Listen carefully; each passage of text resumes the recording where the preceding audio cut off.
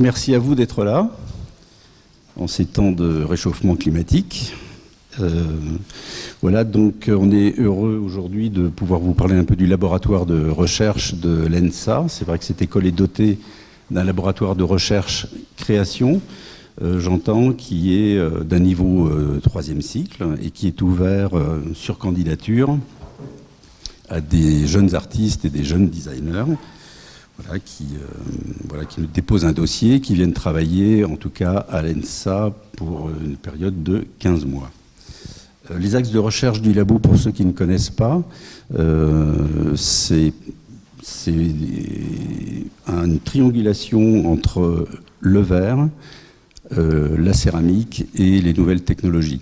C'est pas un endroit du tout de geek ou de formation numérique, c'est un laboratoire qui essaie de se positionner dans une troisième voie entre les techniques traditionnelles et les hypothèses futuristes. Donc on est heureux ce soir de vous présenter donc une partie de la promotion, de la nouvelle promotion des nouveaux résidents, donc Kitty et Charlie qui doit être quelque part, voilà, qui est juste là. Ils vont vous présenter, ils vont vous parler de leur parcours. N'hésitez pas à leur poser des questions. Ce sont des très jeunes artistes, ils ont des problèmes que vous allez connaître d'ici très peu, donc on n'est pas dans une présentation très formelle, on est plutôt là dans une forme de dialogue. Alix Desoblio n'est pas là ce soir, donc on a profité d'un petit créneau d'un quart d'heure, 20 minutes pour vous présenter ce qu'on fait au laboratoire. Donc c'est Ludovic Malgol, monsieur à ma droite, qui va vous parler un petit peu des techniques qu'on utilise au laboratoire pour faire de l'art et du design. Et il va se baser sur une petite présentation, un PowerPoint qu'il a fait en juin à l'invitation de la Biennale de design de Saint-Étienne. Et ensuite, on vous montrera quelques visuels des expositions récentes du labo. Donc une qui a eu lieu au Luxembourg dans le cadre de Esch, capitale européenne de la culture, et 2 expositions en cours, donc une à la Boxe de Bourges et une seconde à la Manufacture de Sèvres. Je passe la parole à mon collègue, il faut bien qu'il travaille un peu. Bonjour. Donc, je vais vous présenter un petit diaporama qui présente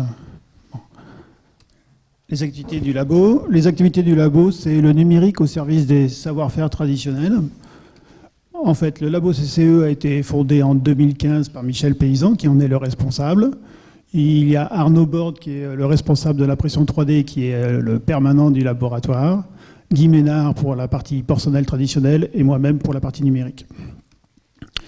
Donc, un des axes de travail du labo, ou les axes de travail du labo, sont les outils numériques et leur appropriation hybride, les mondes numériques et les matérialités numériques, et les objets composites bimatériaux. Et quand on dit bimatériaux, on va plutôt dire association de 2 matériaux, notamment le verre et la céramique.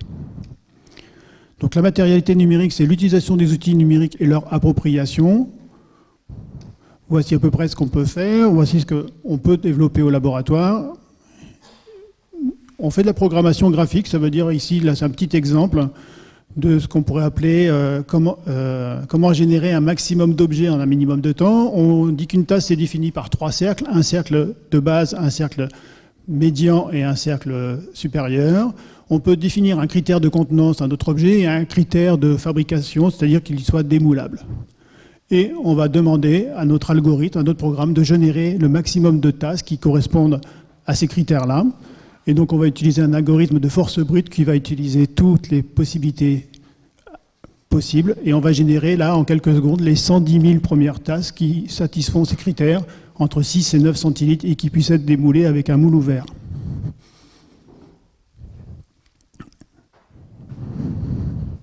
Ça va un peu plus doucement d'habitude, mais là c'est une version accélérée.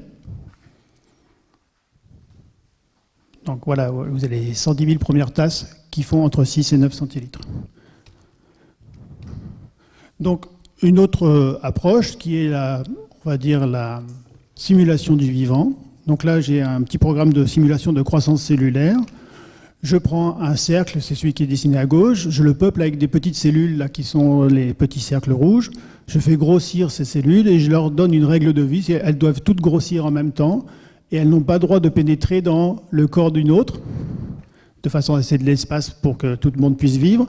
Et elles vont peupler un espace restreint, de façon à ce que tout l'espace soit rempli par mes cellules. Au fur et à mesure que le temps passe, je vais enregistrer les positions de ces différentes cellules pour en faire des strates et on va obtenir l'objet qui est à droite. Cet objet, une fois fini, une fois qu'on a fini l'enregistrement, donc en fait c'est l'historique de la croissance, on va le trancher avec n'importe quel slicer d'impression 3D pour ensuite passer à l'impression céramique. Donc tout ça, c'est, on va dire, la partie numérique du laboratoire, purement numérique. Maintenant, on va aborder la partie bimatériaux, puisqu'il y a un workshop à Meisenthal tous les ans avec le laboratoire où nous partons avec les résidents et nous accueillons aussi des étudiants de l'école d'art et on attend vos propositions pour venir avec nous à Meisenthal cette année.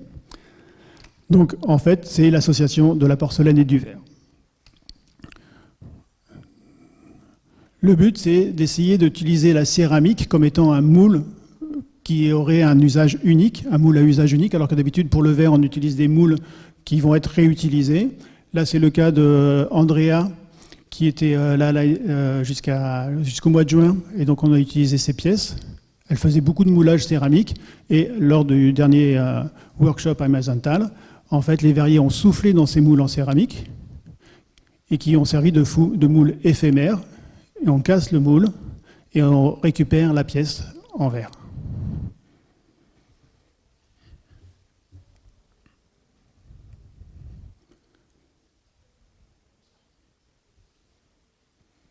Et là, c'est le soufflage de la pièce de droite que vous voyez, le soufflage de la pièce bleue.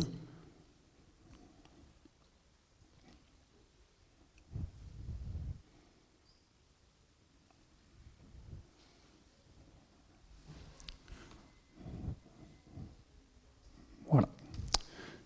Une autre technique, c'est de faire un aller-retour entre les arts du feu. Donc là, on peut prendre un objet en dégourdi. Vous reconnaissez tous un objet qui est dégourdi avec sa couleur un peu rose caractéristique. On va souffler du verre à l'intérieur, et comme cet objet dégourdi est facilement cassable, on va casser le moule et on va obtenir notre objet final. Le dégourdi, on pourra aussi en profiter, s'il n'a pas été cassé, on pourra le cuire, on obtiendra une pièce en porcelaine. On va utiliser l'impression 3D, parce qu'en fait, le coût d'une impression 3D est presque nul, puisqu'il n'y a pas besoin de faire de moule, donc on va consommer de l'énergie juste pour la fabrication de notre pièce ici. On peut imprimer pendant la nuit et le lendemain matin, on peut faire du soufflage du verre dans notre pièce en céramique. Voici à peu près les trois étapes. Le dégourdi, le cuit et le soufflé bouche. Voilà ce que ça donne une fois éclairé. On peut jouer avec la transparence du verre, la translucidité de la porcelaine. Et voici une petite mise en scène. Le laboratoire essaye de mettre en place ce qu'on appelle une chaîne numérique. La chaîne numérique, c'est composé donc d'un scan 3D, modélisation 3D, FAO pour fabrication assistée par ordinateur, usinage par commande numérique, puis on passe sur la partie savoir-faire traditionnel, moulage plate, coulage, finition, cuisson. Voici quelques exemples. Là, c'était pour un travail à distance avec une ancienne résidente. Elle avait travaillé sur le scan 3D du bac de décantation là, qui est à côté du plâtre. Donc le scan avait été réalisé et à distance, elle pouvait choisir comment prélever une portion de ce scan 3D pour en faire une pièce à réaliser. Donc là, on lui a fait une petite interface web pour qu'elle puisse sélectionner la pièce qui lui semblait la plus intéressante à le réaliser. On est parti après sur des logiciels de FAO pour simuler le rendu après usinage, puis machine à commande numérique pour faire l'usinage. Ça fait évidemment beaucoup de poussière.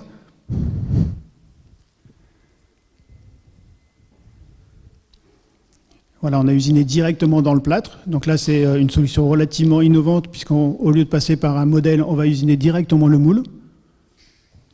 Voici le rendu après usinage.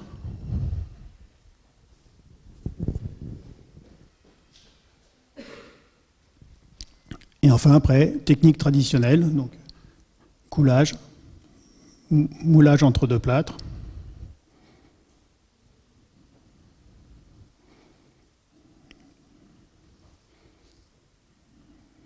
le gros moule de plusieurs dizaines de kilos pour couler une pièce qui au final fera 2 kilos.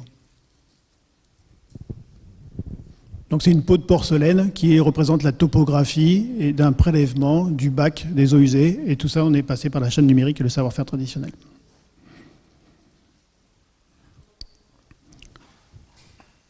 Donc là, on a pu développer ça en moins de 3 semaines. Donc c'est extrêmement rapide pour développer un projet assez conséquent qui est été exposé à Esch au Luxembourg.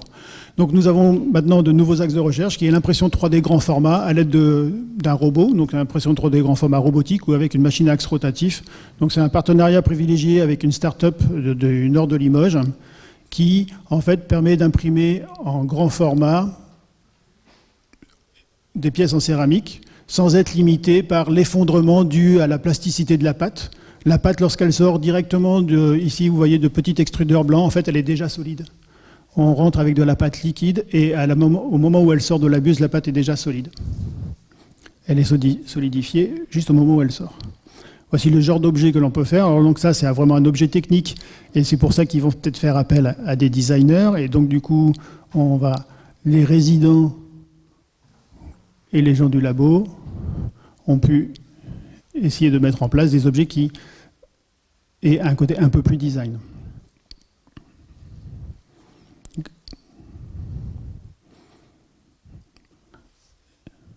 Et donc grâce à ce partenariat, on a pu exposer à Esch une grande jarre telle que vous la voyez ici, là, qui est en ce moment au laboratoire. Là, c'est une pièce de 1,40 m de haut, c'est quand même assez phénoménal. C'est, on va dire, une première mondiale qu'on puisse imprimer des céramiques aussi importantes.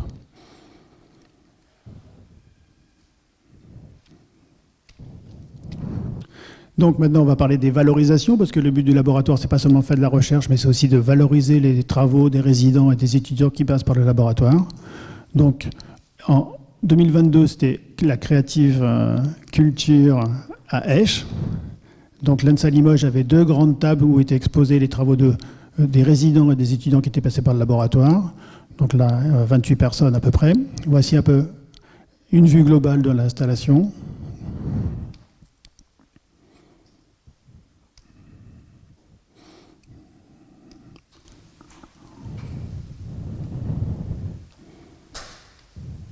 Donc là, c'était la partie vidéo de Clara Rivaud. En ce moment, à Bourges, à la Boxe, une exposition des résidents 2022. Et on reconnaît les travaux des anciens résidents.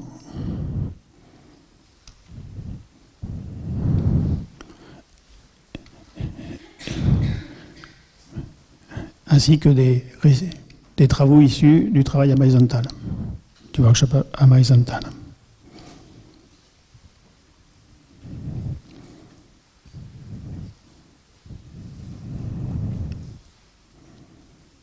Donc là, on voit un moule, ici, en tôle d'acier, dans lequel on a la pièce qui a été soufflée en verre, et les résultats. Et enfin, en ce moment même, à Sèvres, l'exposition qui s'appelle Formes vivantes, qui est la reprise de l'exposition qui avait eu lieu en 2020 au musée Adrien Duboucher, où aussi le laboratoire est présent. Merci. Bonjour à tous. Tout d'abord, ça m'apporte vraiment une grande joie de vous voir si nombreux. Donc je vous remercie pour le fait que vous avez décidé de résister encore du froid de cette école. Et du coup, je comprends aussi que 18h, c'est quand même l'heure, notre attention, notre ressources sont limitées. Donc j'ai essayé vraiment de faire une présentation pour parler des choses peut-être un peu complexes, mais d'une manière très simple, vraiment la plus légère, la plus aussi compréhensible en même temps. Et donc voilà, comme c'était dit auparavant, je m'appelle Kitty, donc voilà, c'est 4 lettres comme ça. J'ai mis Hello Kitty, c'était pas trop la ref, et l'orthographie n'est pas la même, mais c'est juste, je pense qu'une fois je vous montre cette image et vous allez retenir ça tout de suite. Je sais pas si tout le monde peut voir ma tête, mais sinon, si vous voyez la casquette Ferrari, donc c'est 99% que c'est moi. Donc, en fait, je vous parle de toutes ces choses. C'est juste que, justement, quand je faisais des affiches que je mis à l'entrée, il était écrit que les artistes de résidence CCE, et c'est vrai que le fait de me percevoir en tant qu'artiste, pour l'instant, ça me met pas trop à l'aise. Donc, je me considère vraiment encore comme un étudiant parce que, en fait, je viens de sortir de l'École supérieure d'art et design de Saint-Étienne. Donc, que Ludovic a parlé déjà, donc Saint-Étienne est bien présente aujourd'hui à Limoges. Donc parlant un peu de mon parcours, j'ai obtenu mon licence, le DNA, en mention design. Et après, j'ai continué, j'ai obtenu mon DNSCP en mention design d'objets. Et qu'est-ce que je fais? Je continue, je fais mes tentatives un peu pitoyables d'obtenir mon DSRD, toujours à Saint-Étienne. C'est juste que j'arrive pas trop balancer entre Limoges et Saint-Étienne, mais voilà, pour l'instant c'est comme ça. Après, pour parler encore plus loin, en fait, je suis née et grandie dans une petite ville en Russie, une ville industrielle qui s'appelle Toliati. Donc, c'est une ville moyenne, mais à l'échelle de Russie, parce qu'il y a quand même 700 000 habitants, donc c'est à peu près comme Lyon, mais pour la Russie, c'est pas très très grand. Et du coup, à partir de l'âge de 12 ans, je faisais que le dessin académique. Donc, c'est vraiment... en Russie, je suis devenue vraiment un bon technicien, mais ça m'a apporté une certaine base que j'ai bien détruit en France, quoi. Et... mais du coup, je veux vous parler un peu. En fait, j'aimerais bien vous parler de mon projet que je continue de développer ici dans le cadre de la résidence Céramicom Experience. En fait, c'est mon projet de diplôme qui s'appelle Éléments du fantastique dans le design biomorphique. Donc c'est un peu complexe, mais bon, je vais essayer de parler de ça d'une manière un peu plus simple. Donc je ne vais pas trop vous parler de quels matériaux j'utilise pour faire les formes finales, parce que pour moi c'est juste un outil en fait pour envelopper mes pensées. Donc ce qui est important pour moi, c'est vraiment de parler de mon projet, ce qui est peut-être derrière. J'espère que voilà, c'est compréhensible. Donc j'ai commencé ce travail justement à Saint-Étienne, c'était le projet de mon diplôme. J'ai commencé ce travail par l'écriture de mémoire sur le même nom. Et je pense qu'il faut juste clarifier qu'est-ce que c'est le fantastique. Parce que c'était ça le sujet principal de mon mémoire, de mon projet. Donc le fantastique, c'est un phénomène qui fait partager une expérience qui se caractérise par l'invention d'un aspect réel, bien connu, mais qui est mis dans un autre contexte. Donc il peut être inhabituel, curieux, donc c'est tout ce qui rentre de la cour habituelle de la vie, en fait. Donc, et ensuite, ce glissement d'évidence peut générer toute une gamme des sentiments interconnectés. Donc, c'est pourquoi le terme du fantastique ne se réduit pas en termes communément admis. Il ne peut pas être décrit en simples mots. Cela s'avère déjà être une sorte de genre polyphonique. Et dans cette recherche, j'ai décidé de projeter la notion du fantastique dans le domaine du design.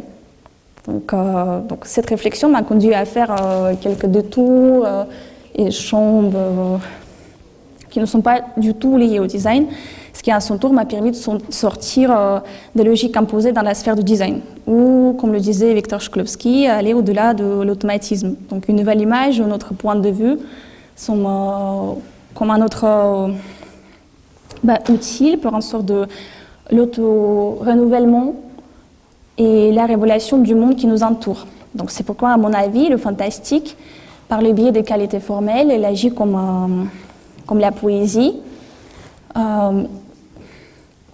qui, à mon avis, tente avec les mots de rendre disponible la perception de cette substance. Donc, parce que la poésie nous permet d'être au monde particulièrement intense. Ce n'est pas l'échappement du réel, mais tout au contraire. Donc le but en poésie est de chercher de nouvelles significations sans fin pour ensuite obtenir les réponses. C'est pour cela que je pense que c'est important de noter que le fantastique ne s'applique pas à un univers merveilleux et surnaturel, fantasmagorique.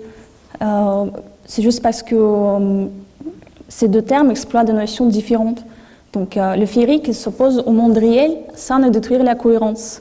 Donc ils coexistent sans ni heurts ni conflit. C'est déjà on champ et on est rentré et nous pouvons atteindre tout. Tout peut se passer et rien ne pourra justement mettre cette tension. C'est pas du tout une invasion du réel. On est déjà dans une autre sphère.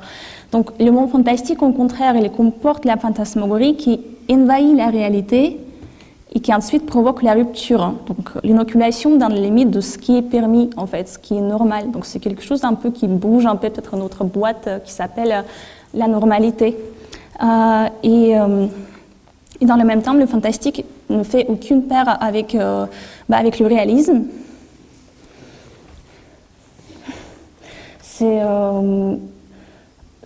justement parce que ce n'est pas une catégorie esthétique avec une sorte de technique concrète pour obtenir ou créer des œuvres capables de posséder certaines qualités d'influence. Donc c'est le principe d'impact qui comporte les postulats clés pour lesquels le fantastique se détermine et se différencie parmi les autres classifications.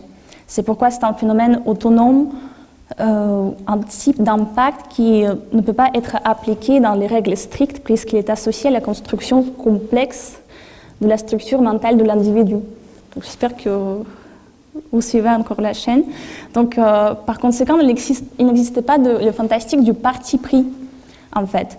Donc, c'est-à-dire des œuvres d'art créées expressément pour surprendre, pour dérouter le spectateur par la mention d'un univers imaginaire féerique où rien ne se présente ni se passe comme dans le monde réel, en fait. Donc contrairement au merveilleux, les spectateurs des œuvres fantastiques ne comprennent pas ce qui se passe, mais les organes sensoriels réagissent. Donc, ils peuvent comprendre le mécanisme de l'influence, mais le sentiment d'anxiété ne disparaît pas. Donc, parce qu'il y a derrière ces objets des choses qui se confrontent sur l'ambivalence de l'on. Donc, on dirait que par opposition du merveilleux et le fantastique, le fantastique, il fait ressortir une puissance d'évocation et plutôt qu'une anesthésie passive.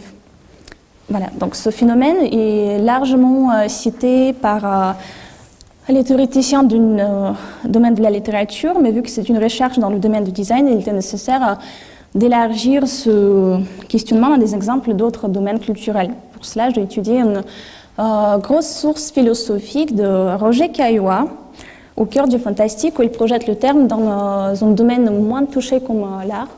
Donc Roger Caillois, c'est un écrivain, philosophe, c'est vraiment une personnalité assez intéressante qui avait une influence assez considérable sur les personnes, sur les philosophes, surtout comme Jacques Lacan, et les autres. Et du coup, il faisait aussi partie au collège sociologique, mais je veux pas trop d'approfondir sur le sujet de la philosophie. En fait, Roger Caillois, il est un peu... il n'est pas vraiment dans la philosophie parce que justement, même pour moi, sachant que le français, c'est pas ma langue maternelle, mais pour moi, c'était assez facile de lire Roger Caillois. Donc, il sait très bien justement de rendre disponibles des sujets, des choses assez complexes par des mots assez simples en fait. Donc pendant cette recherche, j'ai collecté des références et j'appuyais sur mon regard critique, une certaine sensibilité au fantastique qui était développée au cours de mes recherches, vu qu'il n'existait pas de source de l'information par rapport au fantastique dans le design. Donc il y avait juste un phénomène qui était largement cité dans la littérature. Et ce que j'ai décidé de faire, c'est vraiment au premier degré, essayer de le projeter sur le design. Et du coup, c'était vraiment une position même assez vulnérable a priori parce qu'il n'y avait pas...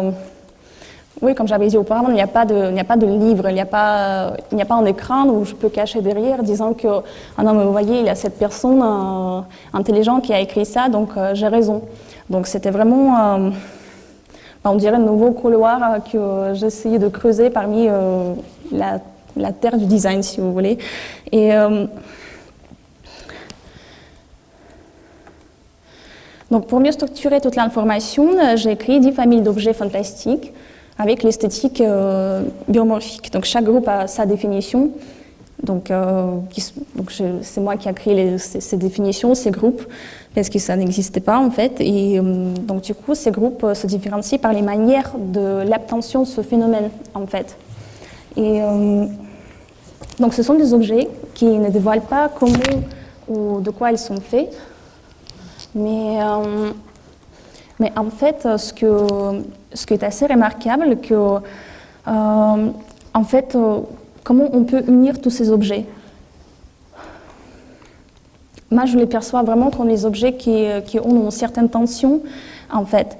Et quand les forment, elles impliquent d'autres choses et perceptions inconnues qui n'indiquent pas à son tour ces règles de comportement, en fait.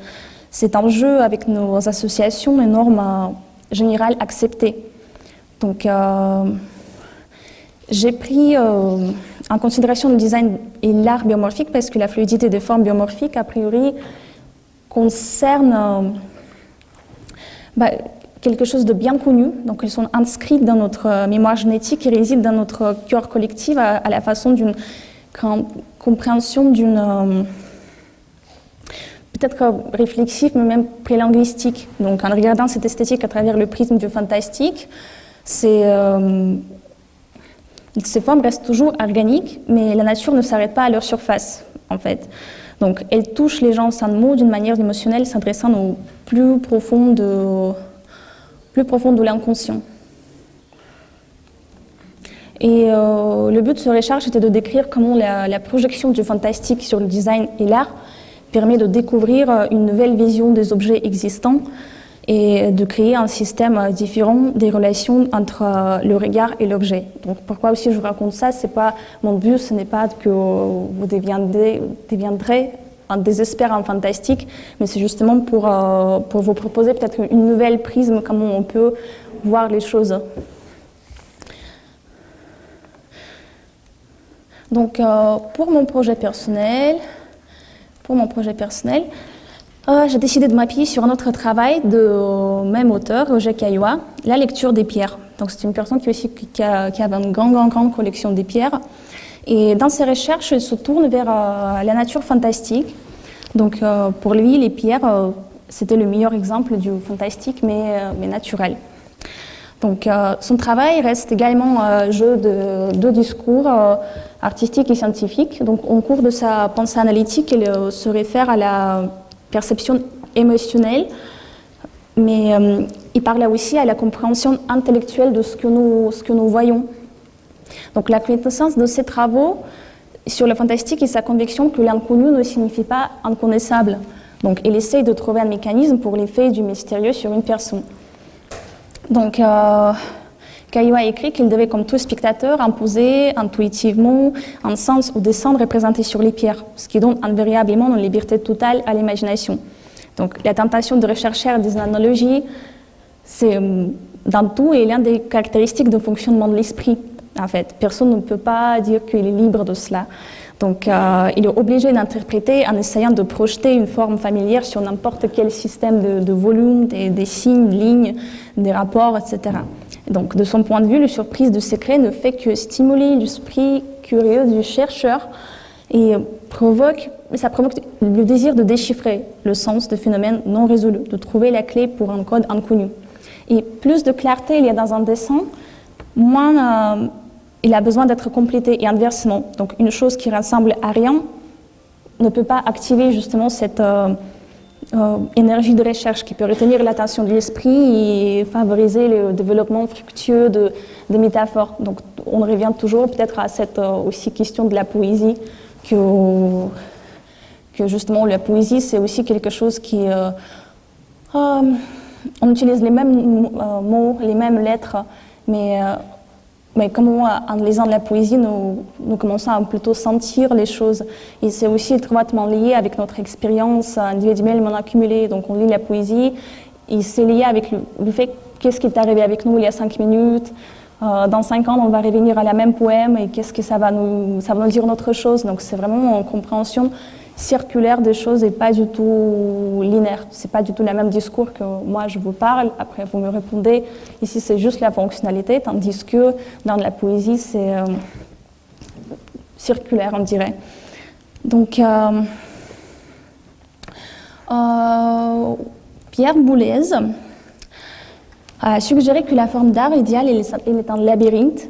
Donc la pièce devrait avoir plusieurs options pour sortir du labyrinthe. Donc d'une part, l'objet est fermé par sa coquille et sa forme et se déplie absolument dans sa interprétation. Donc la potentialité et l'imagination. C'est ainsi que l'objet s'engage dans l'interaction. C'est comme une promenade dans la ville où on peut marcher le long de l'itinéraire défini par le guide ou parcourir les ruelles et les deux sont une seule et même ville.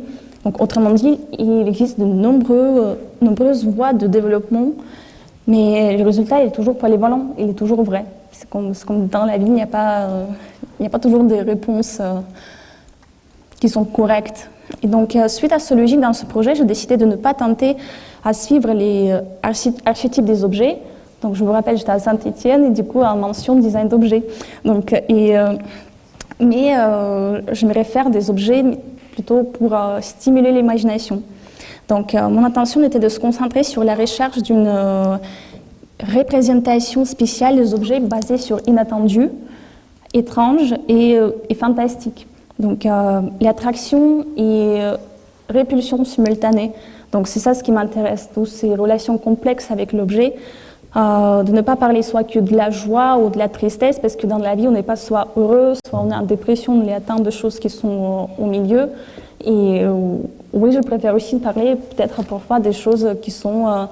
oui, j'aime bien un certain inquiétant d'étrangeté, une certaine tension, mais parce que c'est ça la vie en fait. Et justement, la prisme du fantastique m'a permis aussi de voir la beauté sur les choses qui ne sont pas habitués d'être beaux par la société, on dirait comme ça.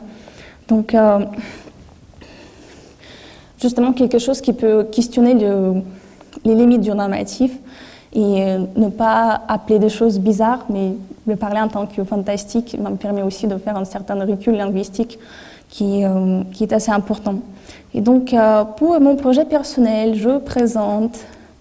Donc voilà, ce sont les pièces. Donc les pièces difficiles à nommer, à décrire, peut-être à comparer. Donc ce sont des œuvres ambivalentes, donc hybrides, qui ont une autre forme de vie autonome, donc ni sculpture, ni produit, ni meuble. Donc la fonction des objets, s'il existe, elle n'est pas compréhensible par la forme. Et donc je continue.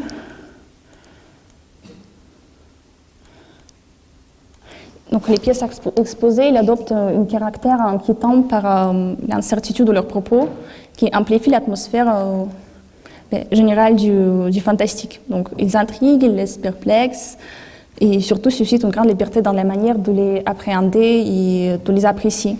Donc cette famille d'objets, basée sur l'approche de l'ambiguïté poétique, on dirait, aspire à créer sa propre bibliothèque des formes.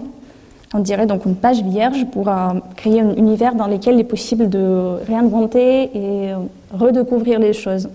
Donc, justement, mobiliser les propriétés associatives, la création de métaphores et la capacité de voir peut-être plus ce qui est explicitement indiqué. Donc, après, vous pouvez poser des questions, bien sûr, comment je les ai faits. Mais dans mon projet, c'est vrai que ça peut être tout un autre matériau, c'est juste la question de l'esthétique. Donc je vais aussi parler un peu de la processus de création. Donc la naissance, on dirait, de toutes les pièces étaient toujours liées avec la pratique numérique dans un premier temps. Donc le départ était toujours une sphère dans le monde sculpte de programme Blender. Donc voilà, c'est cette sphère-là. Mais l'écriture numérique, voilà, justement dans ce projet, il reste quand même un outil pour créer une esthétique qui rappelle les spécimens naturels, donc la complexité de la nature et pas forcément le digital en fait.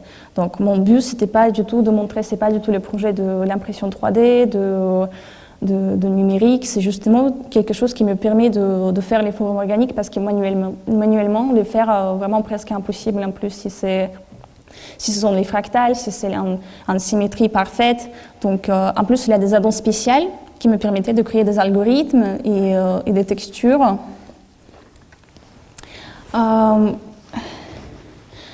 Qui justement m'ont aidé de ne pas copier la nature, mais plutôt de l'exprimer. Donc j'aimerais bien peut-être souligner cette proposition avec 2 lignes, parce que donc justement mon parcours, elle n'a pas été linéaire au milieu règles, donc j'ai jamais pris un feuille A4 faisant un sketch.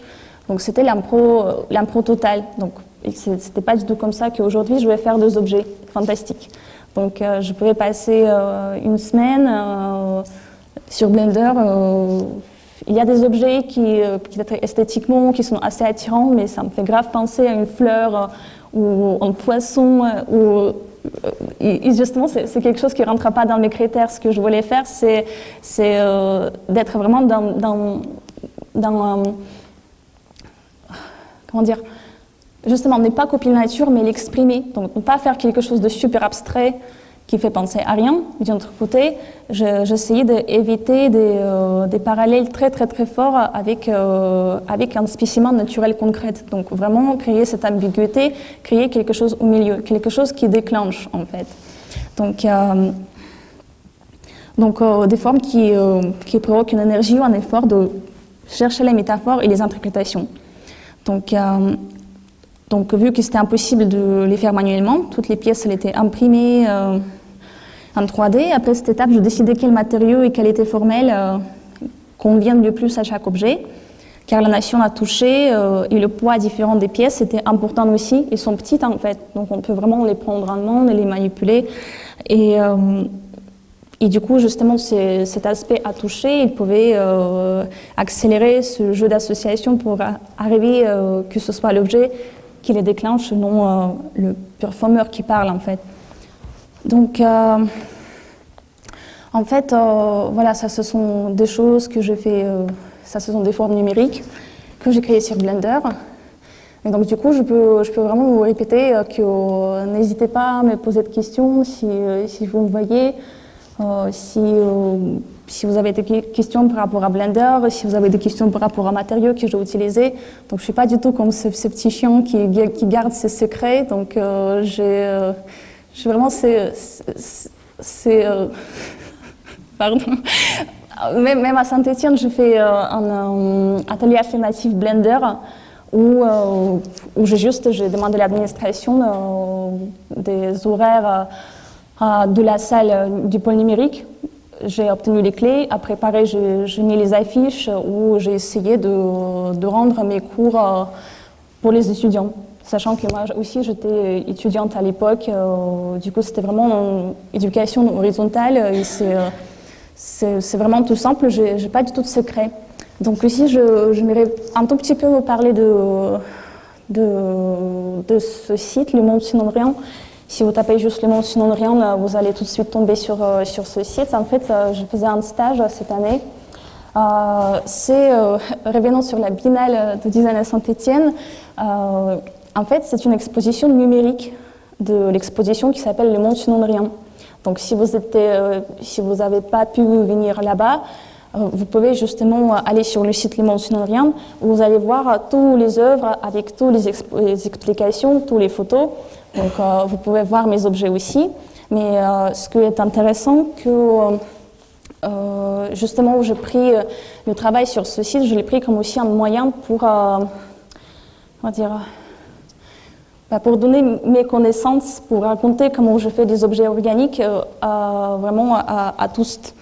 C'est justement dans ce site, vous verrez, il y a plusieurs objets, plusieurs totems que vous appuyez et après vous trouverez des informations par rapport aux exposants, des œuvres. Mais il y a aussi un objet qui s'appelle le jardin des formes. Et là-bas, j'ai créé un guide Blender avec les images, avec le texte. Je l'ai fait ça avec les profs du pôle numérique à Saint-Étienne, où justement chacun de vous peut même installer Blender, c'est un logiciel gratuit, et essayer de faire quelque chose suivant le guide. Et ce qui aussi est intéressant, par exemple ici, c'est un screenshot de site. Ce ne sont pas mes formes, donc ce sont les formes que les étudiants, tout le monde, des gens qui sont tombés sur le site, qui ont créé leurs formes et nous ont envoyé ça pour peupler ce jardin. Donc si vous voulez, vous pouvez créer en forme et ensuite il y a un mail indiqué, vous pouvez juste l'envoyer, inventer un nom ou écrire quelque chose, donc c'est tout à fait possible. Et justement, peut-être que c'est quelque chose qui nous fera montrer qu'il y a une certaine résonance, quoi. Donc voilà, et du coup, voilà, je vous expliquais, c'était ça mon 5e année à l'école de Saint-Étienne. J'ai passé mon diplôme, tout va bien, mais après, il y a un futur inquiétant, je ne sais pas, parce qu'on est tous aveugles, quoi. Donc on finit l'école, ok, il a le diplôme dans la poche, mais ensuite, alors, qu'est-ce qu'on fait? Du coup, je commençais à réfléchir, beaucoup réfléchir. Et qu'est-ce que je fais, quoi? Qu'est-ce que je fais avec ma vie, avec mon diplôme du fantastique? Et du coup, heureusement, donc je remercie tout le monde qui a créé cette résidence pour tous les profs. Du coup, j'étais prise pour une salle Limoges pour céramique comme expérience. Et, et du coup, mais juste blague à part, je considère cette résidence comme vraiment un moyen d'approfondir mes recherches en céramique, parce que justement, vous avez vu mes objets, donc en majorité, ce sont des objets que j'ai imprimés en plastique, en résine. Il y a peu d'objets en céramique, et justement, le fait d'apprendre céramique et le verre me permettra peut-être d'avoir plus de qualité esthétique. Donc c'est un champ beaucoup plus vaste pour justement faire des recherches formelles sur le fantastique, justement. Donc du coup, je sais pas qu'est-ce que je vais faire plus tard. Je pense que le temps il va passer très vite, vraiment super vite. Donc je suis ici jusqu'à décembre 2023, mais bon, je planifie de peut-être passer du temps avec mes camarades. Après, je sais pas, peut-être embêter les profs surtout, peut-être faire tout et rien en même temps. Ça, je peux le faire aussi. Et bien sûr, me reposer. C'est toujours bien, juste me reposer. Donc voilà mes projets pour cette résidence. Et du coup, bonjour Michel, bonjour Arnaud. Et du coup, si vous voulez, si on se garde en contact, si vous avez des questions, voilà, c'est mon Instagram. Et donc justement, si vous avez des questions par rapport à ce que je fais ou quoi que ce soit, donc j'aimerais juste peut-être parler de vite fait que si vous êtes à Saint-Étienne, j'aurai une exposition justement où je présente des objets. Donc si vous allez voir la fête de lumière à Lyon, si vous êtes à côté dans le coin, vous pouvez aussi venir, écrivez-moi sur Instagram. Donc voilà. Merci beaucoup.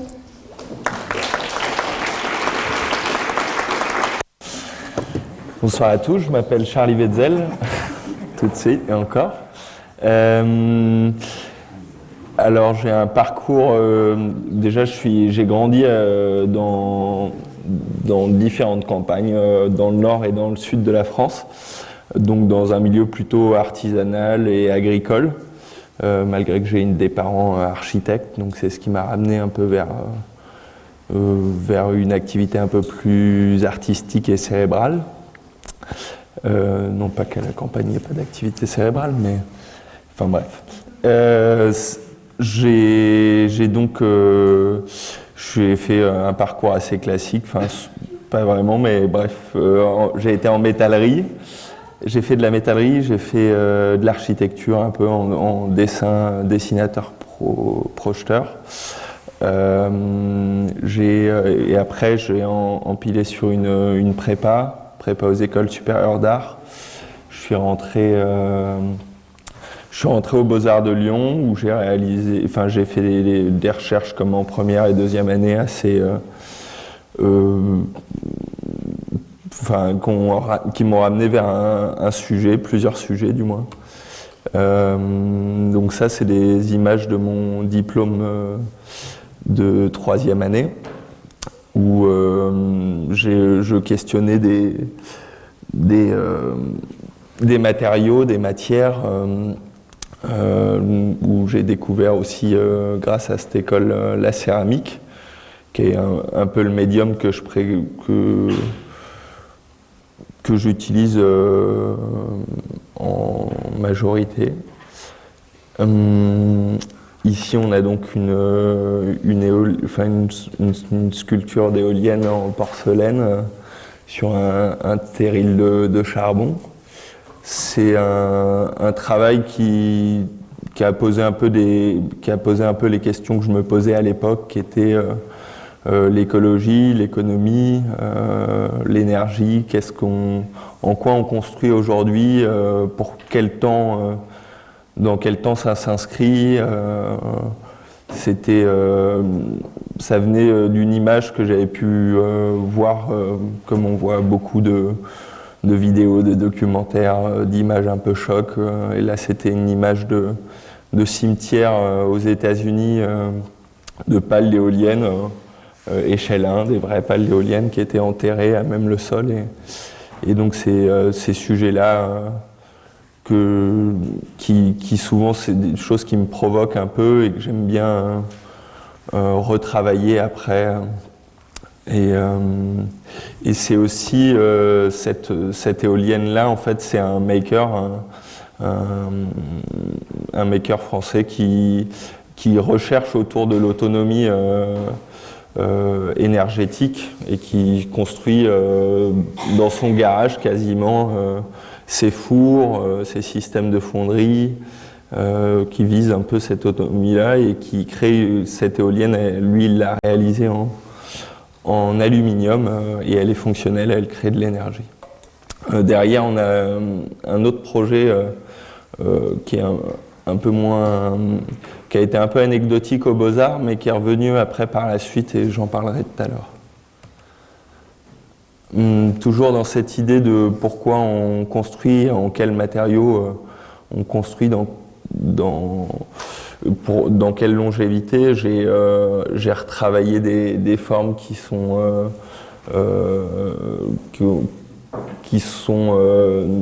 étaient construites pour être utilisées et puis en fait qui finissent par être détruits ou inutilisés et qui deviennent un peu des sculptures comme ça du paysage, comme le pont de Garabi qui était un pont ferroviaire et qui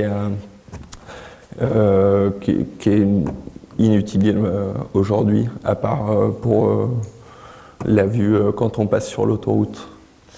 Et ici, là, on ne voit pas très bien, hélas, mais donc c'est des photos d'archives. Ici, c'était pareil dans l'idée de trouver un matériau, de trouver une matière avec laquelle construire, travailler des formes architecturales, qui est en fait la récupération, le travail autour du papier, de la récupération de papier. Il y a aussi un lien avec mon travail en céramique qui était que je travaillais à l'époque énormément la terre papier pour des questions de facilité de collage et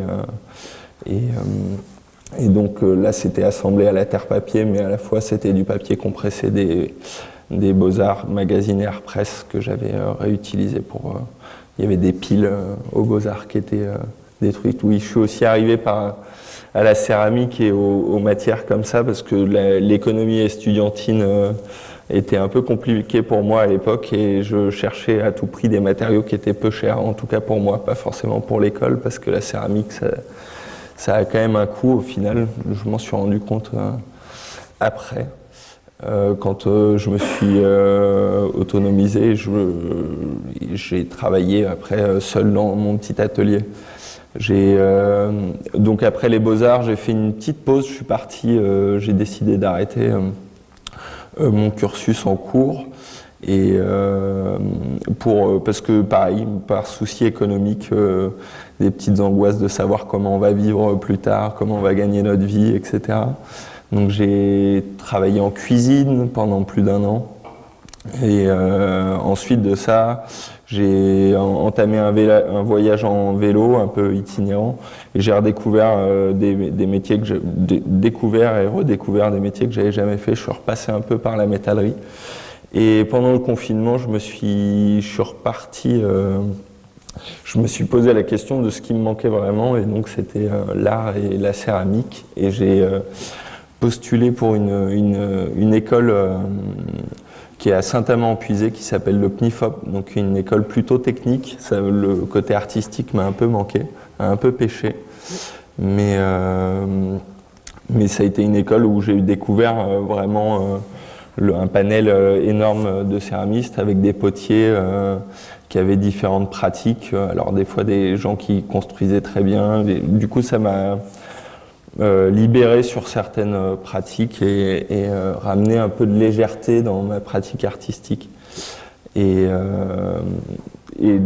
donc différentes techniques, notamment la cuisson bois, qui a amené plusieurs réflexions autour de ma pratique. J'ai trouvé que c'était un endroit avec une énergie, avec un vrai rapport au corps, parce qu'il y a énormément de manipulation, mais à la fois on sent aussi énormément la chaleur d'un four et aussi que souvent les gens qui cuisent au bois, c'est une sorte d'investissement de toute une vie où il y a une recherche vraiment c'est vraiment une recherche très profonde et ils vont faire que ça dans leur pratique quasiment. Là, c'était une recherche autour du travail des bêcheurs et une réinterprétation en céramique. Ici, on a une pièce qui était la plus aboutie de cette année-là. En tout cas que j'estime la plus aboutie, qui est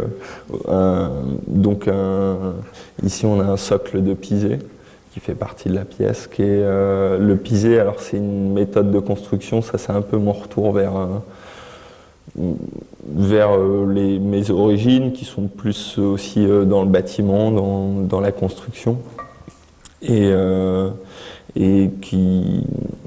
ça c'est donc une matière qui m'intéresse énormément de par sa fragilité et solidité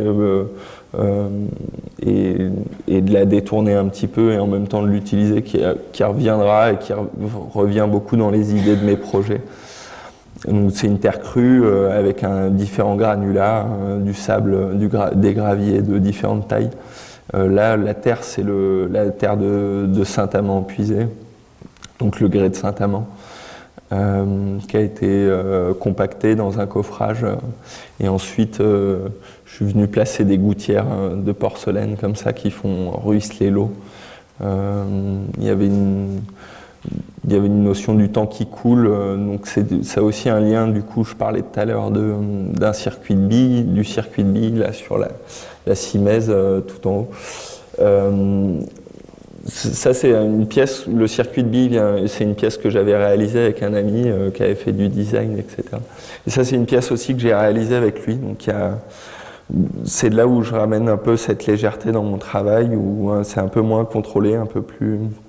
mais il y a un aspect surtout ludique, un peu de ce temps qui passe, de choses qui s'écoulent, et c'est des notions que j'essaye de faire revenir dans mon travail.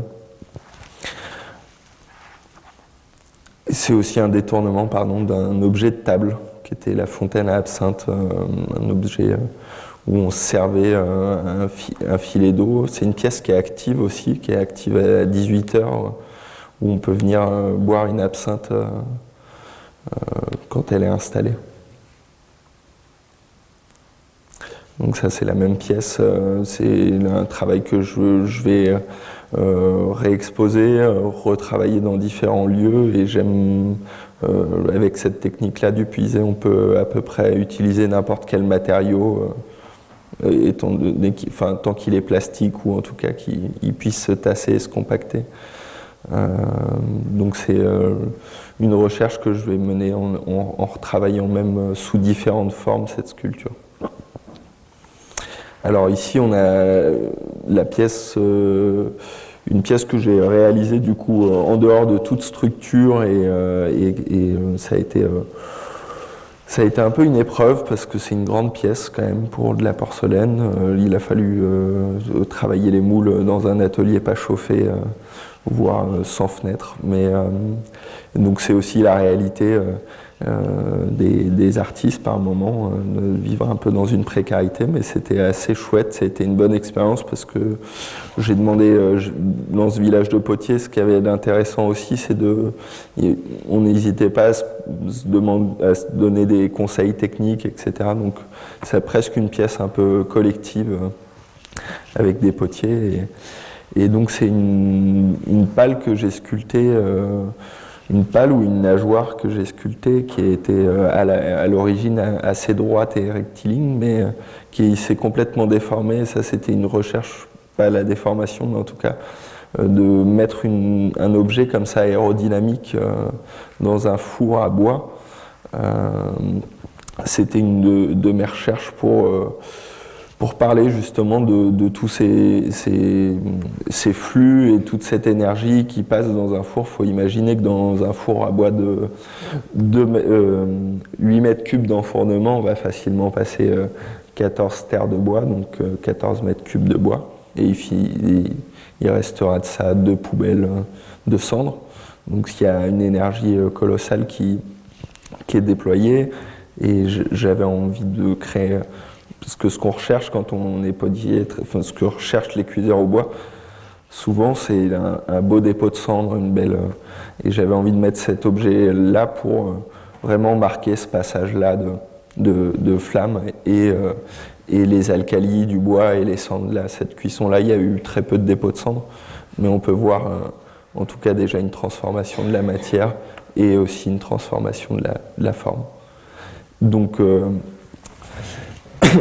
mon projet ici, donc merci, je suis très content d'arriver dans cette école-là, de redécouvrir, de revenir dans une école d'art, de redécouvrir un peu les discussions qui ont pu me manquer et puis cet accompagnement technique qui est quand même quelque chose où je trouve, en tout cas dans ma pratique, il ne faut pas passer à côté d'occasions comme ça pour pouvoir penser, pousser les choses et expérimenter au maximum. Donc autour de ces sujets-là qui sont les mouvements dans les fours et mon projet que j'ai présenté, en tout cas, c'est autour des mouvements dans les fours et comment capter et restituer ces mouvements-là. Et voilà, si vous avez des questions, pareil que Kitty, je suis ouvert à toute discussion et voilà, merci beaucoup.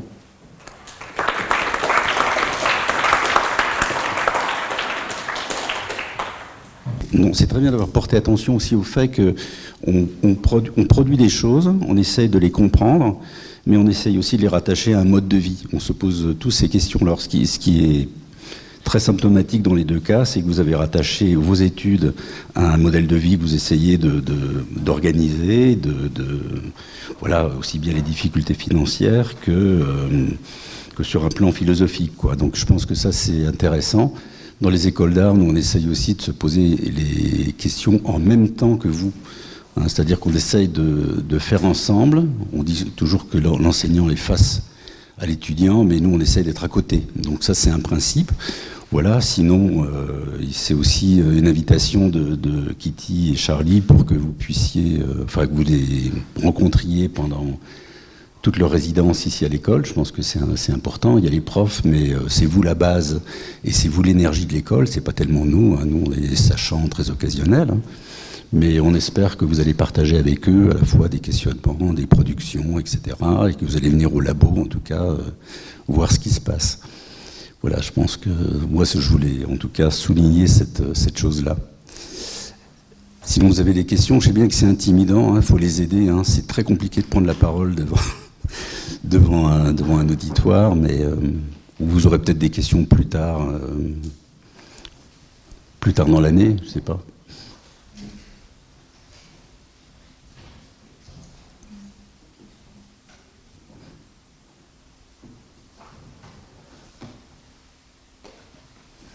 Vous avez peut-être une question à leur poser?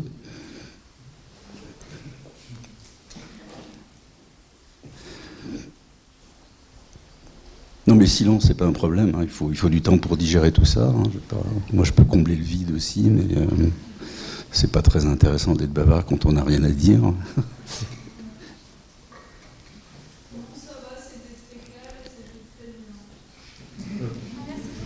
Voilà, c'est bien. L'encouragement, ça fait partie aussi des échanges qu'il y a entre étudiants, résidents et profs. Bon, en tout cas, merci à vous de votre patience.